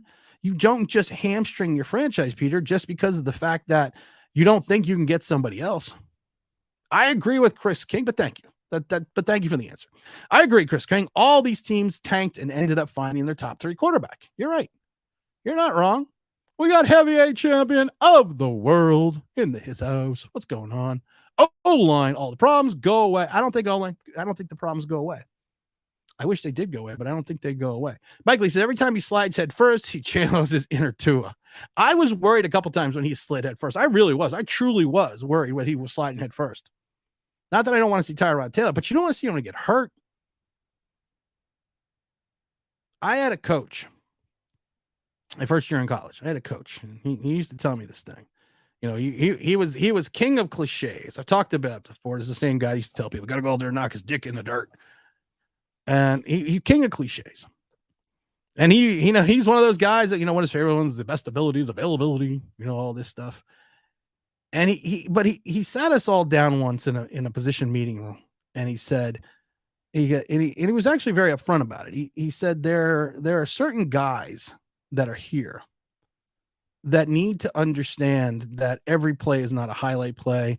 Every play is not a play where you're gonna put a wallop on somebody. And sometimes when you try to make that big play, you put yourself in a position not only that you're going to hurt the team, but you're going to hurt yourself. And he said it, I would rather have you for 40 defensive plays and you play average than having you for 5. You make one great play and then you are out for the next 3 weeks. That makes sense. And Daniel Jones or any quarterback sliding head first, you're putting yourself in a position where you're going to get your ass walloped. Heavyweight champ of the world. I already did that one. Inner Tua. Zach Wilson can actually throw decent. He got a deep ball again. He is on the Jets, who is notorious for not developing right quarterbacks. You're not wrong. You're right. Pip name Slickback says, heck, Kirk Cousins was throwing 4,000 yards, 3 touchdowns with Pierre Garçon. I remember. Oh, actually, Pierre Garçon was a good wide receiver. I can't slight Pierre Garçon. I had him in the fantasy draft a bunch of times as his best wide receiver in Washington, making the playoffs every year, and they still don't pay him. You don't just pay a guy. You don't pay a guy unless you're 1,000% sure that he is your guy. And you're right. Washington did not think that Gus Farrat was their guy. Now, listen, Kirk Cousins. Kirk Cousins has gone on to a massive career statistically in Minnesota. So and Washington has been searching for that quarterback since Kirk Cousins. So in some ways they were wrong. In some ways that's the reverse Daniel Jones. Which is Talaferro says, focusing on family, not pointless sports, and not you're getting paid for stop being lost in the blanket. Okay. All righty. Could have used Gardner Minshew as a Gardner Minshew. I like Gardner Minshew too. Gardner Minshew would have been a nice bridge. Gardner Minshew didn't fill in well for Philadelphia when Jalen Hurts went up, but that's a good bridge. That's a guy that could be there. Dennis says, let's see, DJ had Hyde on the quarter end route, didn't pull the trigger. I actually posted that. I'm actually the one that set Twitter on fire by posting that and making a really big ass circle. That's for you, Seamus. Seamus the anus. James says, we paid a blind mailman and now we're wondering why he's never delivers. That's what she said. Oh my God. Talk with Zoe says, Daniel Jones needs a perfect situation. And the problem is half the teams in the league have bad O-lines, but the difference is they know how to extend plays. DJ is the king of the checkdowns. I always talk about the last Super Bowl for the Giants, 2011. Giants had the worst offensive. Giants statistically had the worst offensive line in the entire league. And they not only made the playoffs, but they won a Super Bowl. Daryl Smith said, hey, Tim, what's up, Daryl? Morning, Tim. I still think it was a bad decision to re-sign a running back quarterback on a rebuilding team. You either sign the guy who's elevated the team or you build around a young guy on his first contract. My thing is this. If you are really sitting there and you're thinking, if you're really just thinking about this, and like hindsight's always 20/20, I know that. But if you're really thinking about this, and some of us said this in the beginning, you need to think you are X amount of players away, like 3 players away, for being a perennial playoff contender before you drop $160 million on a contract. Now, people look at the Jalen Hurts contract and say, well, the Jalen Hurts contract is just, it was huge. No. Here's the problem with the Jalen Hurts contract. If you compare it to the Daniel Jones contract, you are paying Daniel Jones more in the first 3 years than you are paying Jalen Hyatt in his first 5 years of that deal. Look it up. Dennis says DJ makes bad reads. Both picks to Barkley was a bad check. It was. Well, I don't know if it was the wrong read. I'm not going to get into that. I don't know if it was the wrong read, but I will tell you this: both times he threw Barkley into contact. And I said it last year. I said this year. The last year, if that would have happened, that ball would have fallen harmlessly to the turf. This year it gets picked off because the football bounces weird every year. Some years you're going to get all the breaks. Some years you're going to get none of the breaks. Eli Manning was the king of the off, thrown to a guy, bounces off his shoulder, interception. Ask Ruben Randall. Oh, it was a Thursday night game in Chicago. Eli Manning threw 3 interceptions in a row, all to Ruben Randall, because Ruben Randall either ran the wrong route or the ball bounced off his hands. Mike Lee says, Tim, you made Tim's point. You're sacrificing tomorrow for today. Cap versus output is why signing DJ was a mistake. Could have used the cap money to address other needs. And that's exactly what I said. You could have used that cap money to rebuild your offensive line. You could have built your linebacking core. You could have gotten a stopgap quarterback, especially if you didn't think you had one in 2023, and you could have drafted one in 2024 and already have the team being built. Minshew would have been perfect. I like Minshew. First of all, you got to love the porn stash. That's the first thing about Gardner Minshew. Could have gotten Carr. You could have went after Carr. They were giving away Carr. Let's see. Frankie says, do not like Jones in the draft. Did not like him last year. Certainly we do not like him now. Does not rise players around him. I'm the cream of the crop. I rise to the top. Dennis says 3-step drops don't work well with DJ because it's slow arm. Well, that's the problem. I've been trying, that's a good question. I don't know if it's slow arm speed. I think it's the fact of processing still. 3-step drop, you have to make a quick decision. And you can't just go with your first read. So that's what I'm kind of curious about. Mr. Roberts says Gardner Minshew did not play like Jalen Hurts. That's why he looked that bad. But his rookies, same stats, were on par, if not better than Jones and Kyler. Minshew was solid. I think he's a solid guy as a bridge. J.M., what's up? At this point, Jones might as well just throw the ball down the field. There's nothing. That's my thing about that. I said this before. Daniel Jones needs to throw for 4,000 yards this season. He needs to throw for at least 27 touchdowns. I don't care if he throws 17 interceptions, as long as he's chucking the ball down the field. Kevin Gilbride screwed Eli Manning those first 4 years of his career. Screwed him. Made Eli Manning a gunslinger. Eli Manning, especially early in his career, threw a great deep pass, threw a pretty deep pass. He threw some wounded ducks on his short routes, but he would throw a pretty deep ball. And Kevin Gilbride would just, beside the fact that Kevin Gilbride was the king of the draw on 3rd and 17, made Eli Manning into a gunslinger, which caused a lot of his interceptions and I think stunted his growth in reference to being a mid-range quarterback. The problem is Daniel Jones is the king of the check down, and he's not. Make sure you hit the like, guys. We're at 62 likes, and he's not chucking the ball down the field like he should. Let's see. Blackbird, he didn't drop the ball. Blackbird, I love you, man. I love you, brother, man. I love you. You know I love you. He threw him into contact both times. Both times he did not see the linebacker or the safety right on Barkley's back. It was a boom, boom play both times. You can't throw your guys into contact. Joe Burrows made a Super Bowl with a piss poor O-line, took 7 sacks in the Titan playoffs game, still won. DJ has 1 sack and goes in the shell like he's in the middle of an ambush. Yeah, DJ he turned into a custard there. People forget Joe Burrows got wrecked his rookie season because of a bad offensive line. Same bad offensive line. Then minus Billy Price, who was over with the Giants. Same bad offensive line took his team to a Super Bowl. It was a couple plays away from really, making the shock in the world and winning that.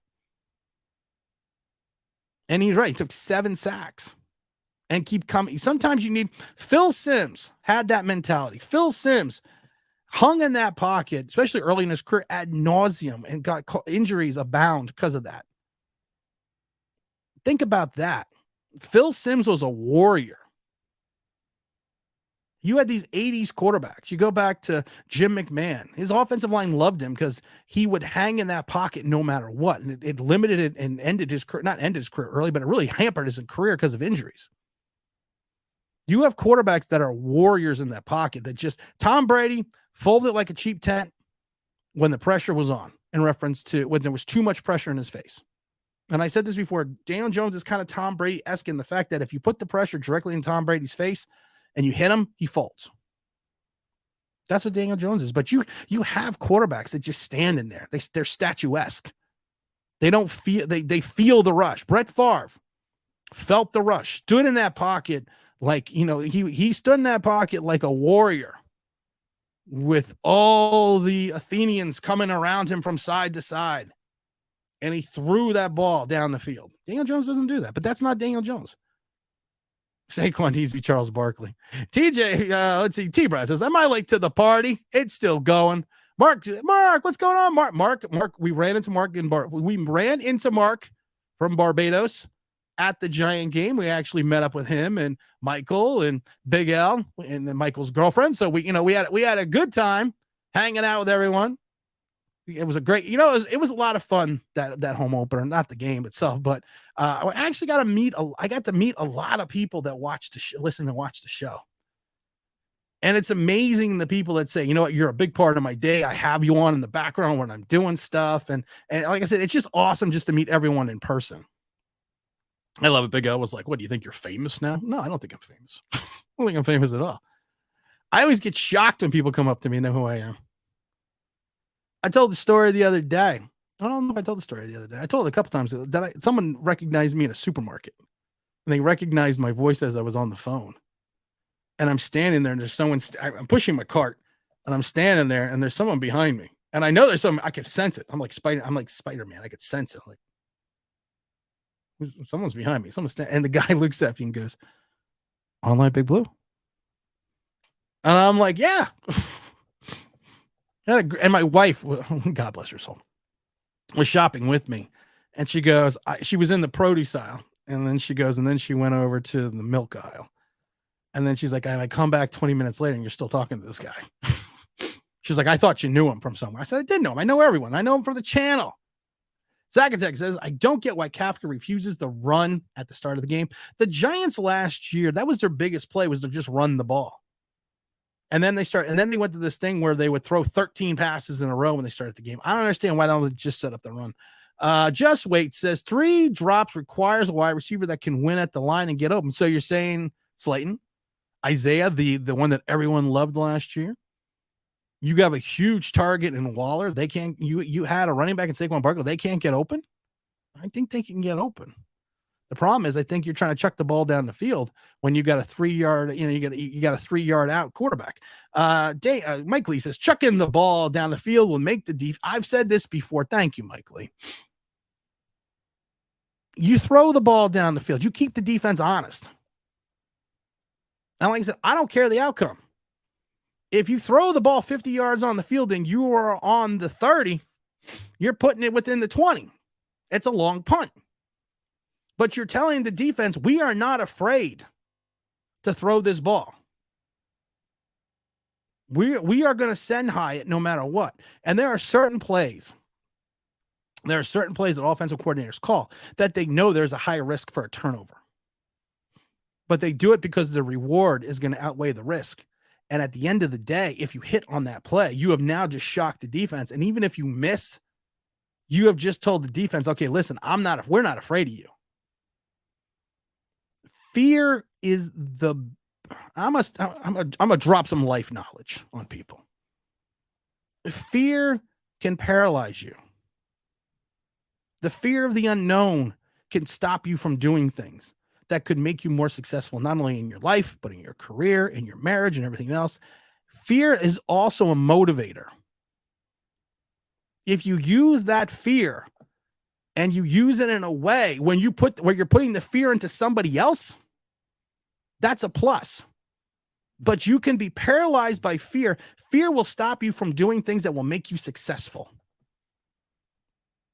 And people used to tell me, especially younger, I used to get it all the time. Well, first of all, the two things I used to get all the time: you have no self-awareness, which I don't, and you have no fear. And I said, you tell people all the time, no, my biggest fear is not succeeding. And I tell this to my kids all the time. Your biggest fear in life should be not taking the opportunity. Because even if you fail, you took the opportunity. And yes, probably more than likely or not, you are going to fail. But at the end of the day, if you never try, you will never succeed. And that's the thing with the Giants offense. I don't care how bad your offensive line is. I love the person that said, well, Daniel Jones only has like 3 to 5 seconds to throw. Well, 3 to 5 seconds in the NFL is an eternity. Just take a shot. And I've said it before.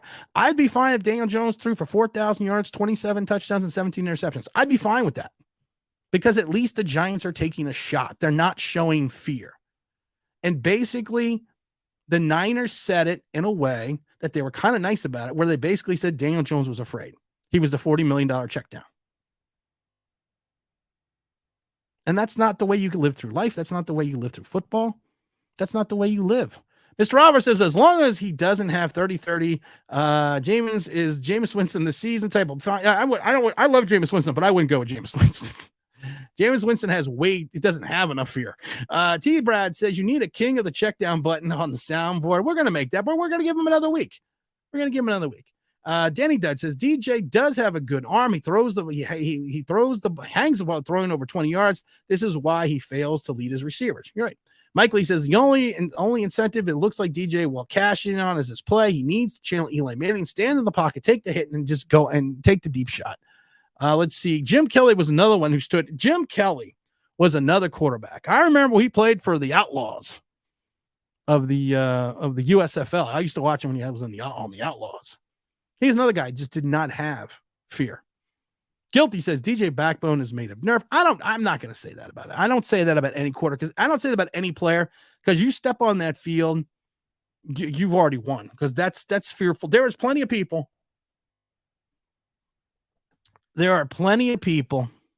that never took the opportunity to step on the field. So Daniel Jones made the NFL. Daniel Jones became an NFL quarterback. So I never will say that he's weak in reference to that. He made the NFL.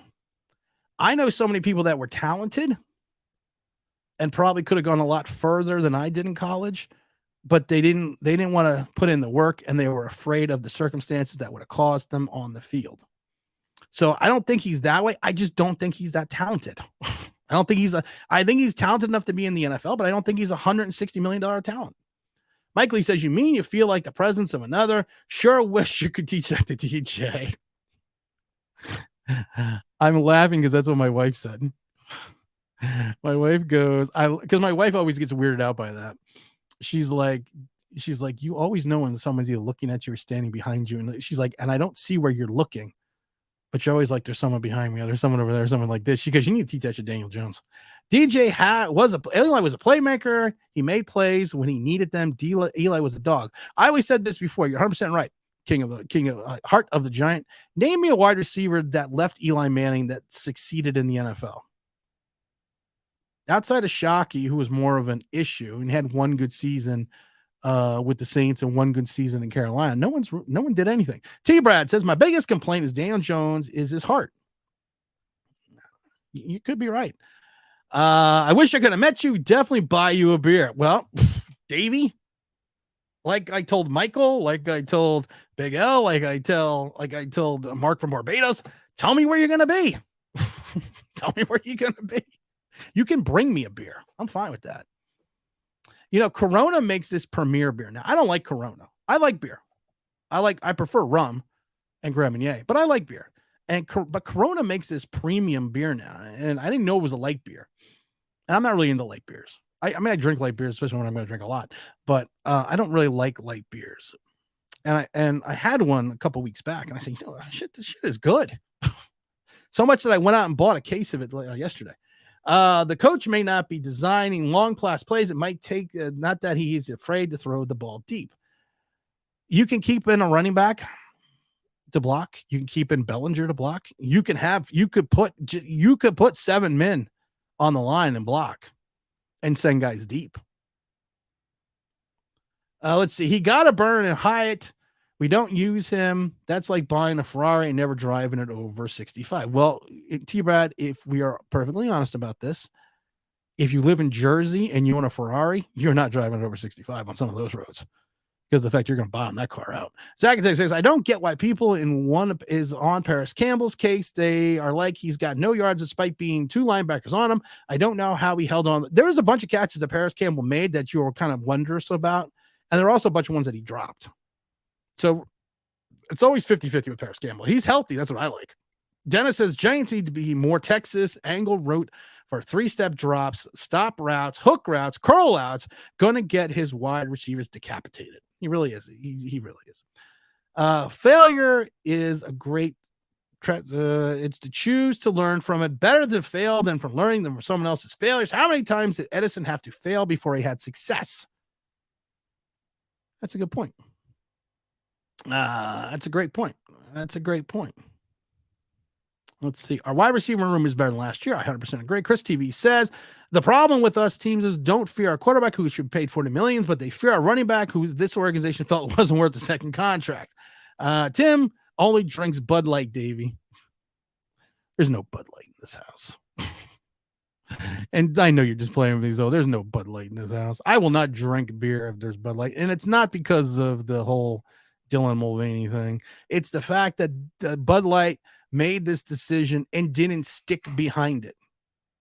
I think that's more of the issue I have. Pimp name Slick back with a big old super chat coming in for the Philadelphia Children's House. My question for Shane is, did the Vikings games change your mind that much? Because weeks before the game, the Giants were not sold on the contract. Because if that's the case, we made an emotional decision.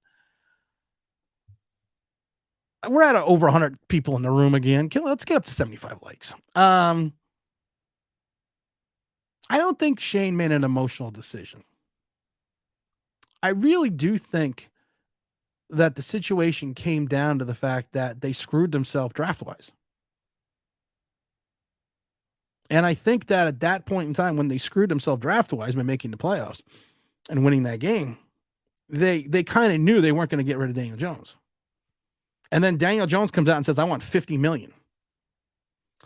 And fear, we just had a long conversation about fear, got to Joe Shane that Daniel Jones would go elsewhere, even though he would get compensation, sign a contract, and then become Patrick Mahomes. So fear stopped him, I think, from making the right football decision. Because if you look at this and say, okay, I'm giving this guy $160 million. What has he really done for $160 million? So I don't think it was, I think in some ways, yes, it was the win, but I also think it was draft position and the fact that his concern was you were going to turn around and he was going to become something somewhere else and you were going to look like a fool. So I do think fear stopped him from doing it. Cool dude. What's up, cool dude? DJ doesn't throw wide receivers open. He only throws he only throws to open wide receivers. Oh, that's true. That's gonna take that's 100% true. You think in year 5 he would understand that you have to throw you at times have to throw your wide receivers open. Like I said, the Jalen Hyatt throw in Arizona, Hyatt was open. Hyatt had more than a step. He lollipopped the pass. Hyatt had to slow down to come back for the ball, and then he got tackled. He throws it in stride. That's a touchdown. Same thing with Darius Slayton. He places it on the inside shoulder instead of the outside shoulder in that corner of the end zone. That's a touchdown. Kafka, this says Mr. Belford, has to forget that he's not with Mahomes when probably he was right down during Holmes. Has an incredible ability to make something happen out of nothing. He doesn't. Patrick Mahomes, that Super Bowl he lost, had a terrible offensive line. Had a god-awful offensive line and took his team to a Super Bowl. Cool, dude. You're 100% right. Let's see. Edison stole his stuff from Tesla. Just saying. There's always the consideration about the Tesla and the Edison inventions. Yes, I actually, Joe Rev, you earned a hat for that, and not the black one. Greg said, are we supposed to be a dark horse Super Bowl contender? Yes, we were supposed to be a dark horse Super Bowl contender. I'm not sure on whose eyes. We're at 66 likes. Let's get to 70. Zach attacks says, guys, on Monday Night Football, Tim Stream would have the game via Tecmo Bowl. Oh my God. It was fun doing the game. It was fun doing the play-by-play.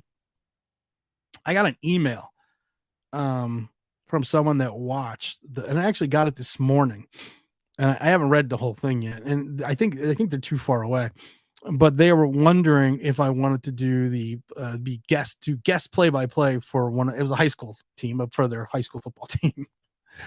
I think they're like in Connecticut. I have to read the whole email. But gets too far away.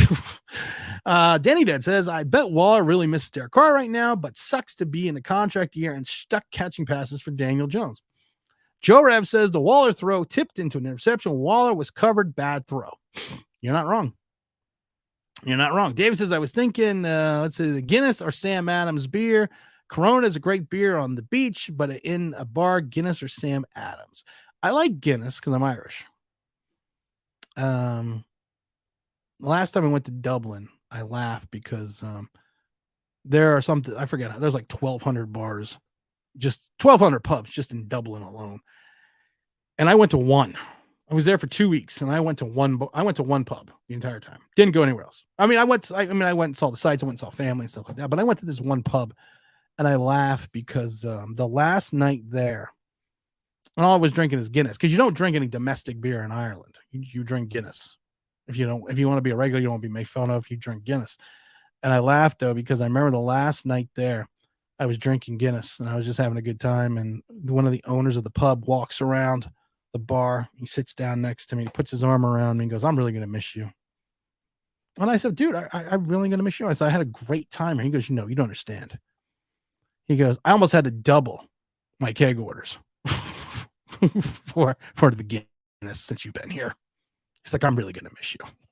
I was like, I don't know if that's a good thing or a bad thing. Zacatech says the Giants stole the push to tush from the Eagles. They now steal some deep balls from the Eagles playbook. Joe Rip is just having a good time. We were one of the dark horses. JMA says New York Giants is starting to be where careers go to die.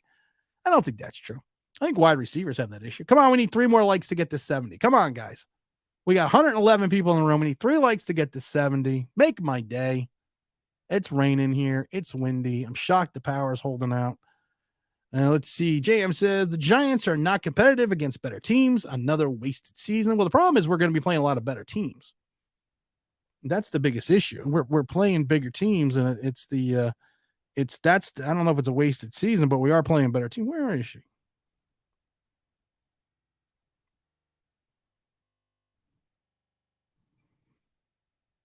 Gotta send a text message. Let's see here. Yes, electricity, but there was the movie camera, the photograph, the name 2, a problem with Tesla. Oh, you're in the hi, baby. Let's see. So Jones is Dan Jones is Tom Brady. No, Dan Jones is not Tom Brady. Dan Jones isn't Tom Brady at all. Dan Jones isn't close to Tom Brady. Daniel Jones is like Tom Brady in the fact that Tom Brady, you put the rush in front of you, hit him in the mouth, he folds like a cheap suit. That's what Daniel Jones says. Mike Glenn says, great point about DJ showing his tendency is not wanting to throw the ball to an open wide receiver. This is also why why Kenny G signing was doomed to start bringing in a 50-50 guy. Yeah, you're right. You can't bring in a 50-50 guy if you're not willing to throw the ball.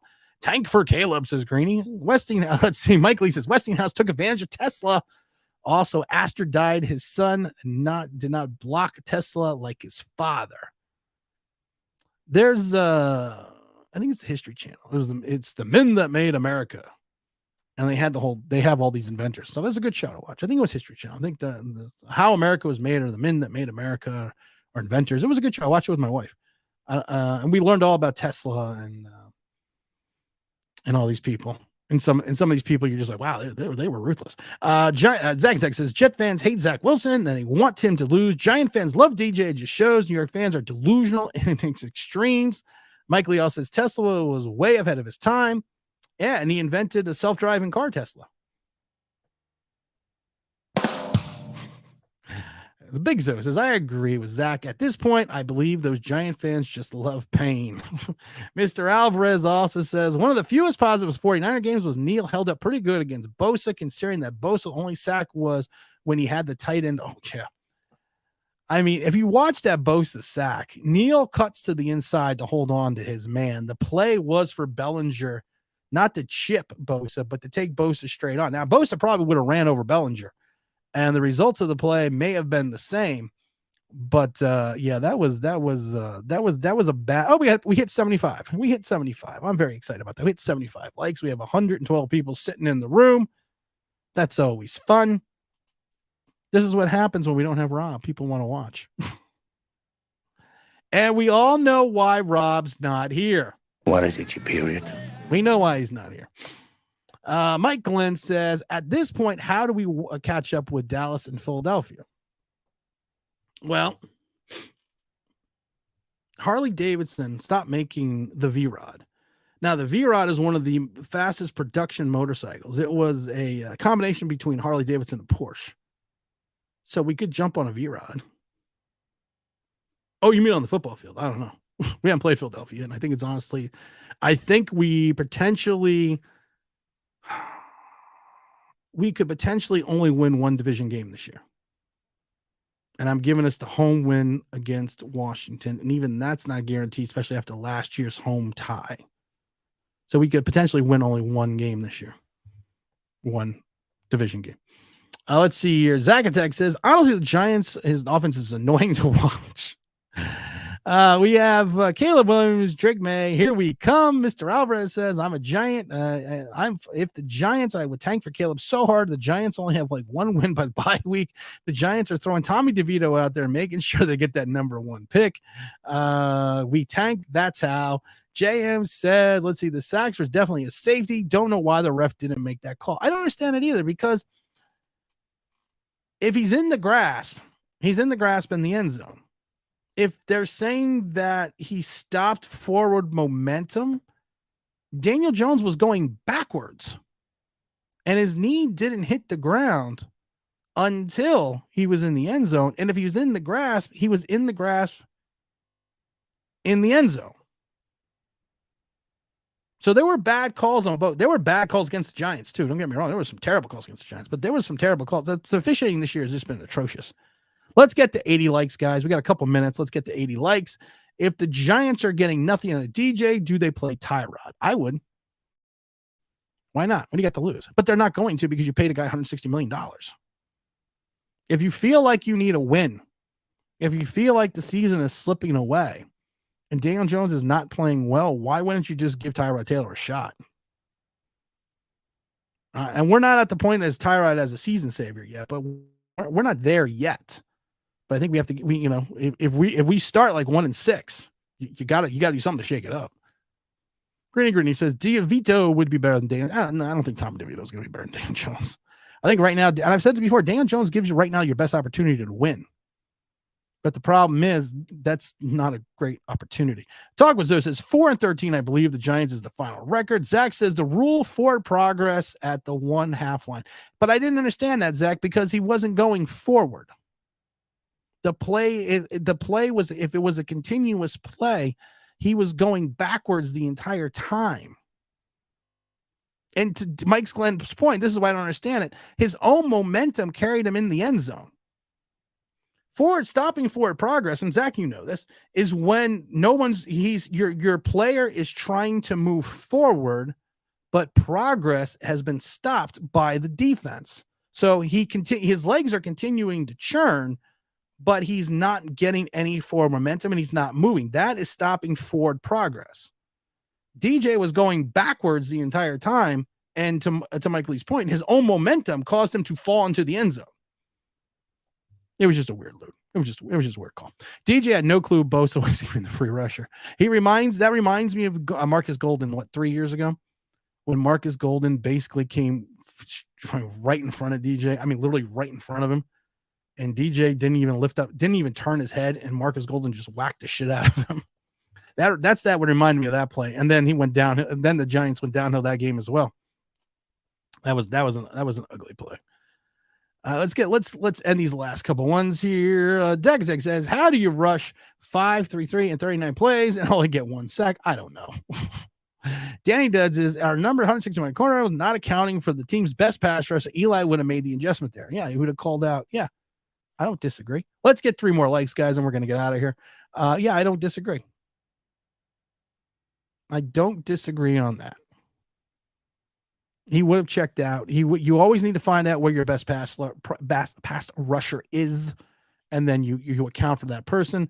Danny Dudd says, "How is our?" We already got that. Mr. Alvarez says they considered turning him into a Bosa as forward. Maybe they considered him turning into Bosa as forward progress. Honestly, I saw a safety. That wouldn't even have made. I understand what you're saying, but that wouldn't have made sense either. Because, to Mike Lee's point, Daniel Jones was still almost going backwards. And Daniel Jones was still going backwards. That's why it didn't make sense. And he wasn't really in the grasp yet. And he was kind of his own momentum was taking him into the end zone, which would negate forward progress or forward momentum. That's why it was a really weird call. It was a weird call. Let's see. Mike Lynn says, with a 5-year investment and opportunity, who says DeVito can't end up better? Well, that's true. Nobody can. Grinning Green, is Eli getting into Hall of Fame on the first ballot? I'm going to say no. Even though Eli Manning has ranked in the top 15 in almost every statistical category in NFL history, has 2 Super Bowl rings. People are going to point at his 500 record. People are going to point at that he didn't really do much after 2011, but you win 2 Super Bowls. You're statistically in the top 15 of every single NFL passing category. He's not as high up on interceptions that people think he is. And if you look at the guys that are high up on interceptions, most of them are already in the Hall of Fame. My mind, he should be a first-team Hall of Famer. If he does not get on the first team, I think it'll be like 5 years before he gets in. If you take a look at the Hall of Fame class that's coming up behind him over the next 3 years. Refs felt sorry for DJ getting whacked. Danny DeVito can throw 15 touchdowns. Harsh Real says, good low, Tim. We got to get Archie Manning. All right, guys, it's 11:45. We got 80 likes, 104 people still in the room. The wife is home, so I want to go spend some time with her. Game is Monday, so we got a week till then. We got a new video coming out, I think, on Tuesday or Wednesday, so make sure you stay tuned for that. I'll probably have a video out on Monday. I haven't decided yet. Plus, he beat Tom Brady twice. Danny does his DJ on the way to another 15-yard, 3,000-yard season. Nah, Eli isn't a first-time fun, but he will get in there. Phil Simms isn't in the Hall of Fame. Phil Simms, when he retired, he had 33,000 yards, 199 touchdowns. Statistically, was in the top 20 of every category.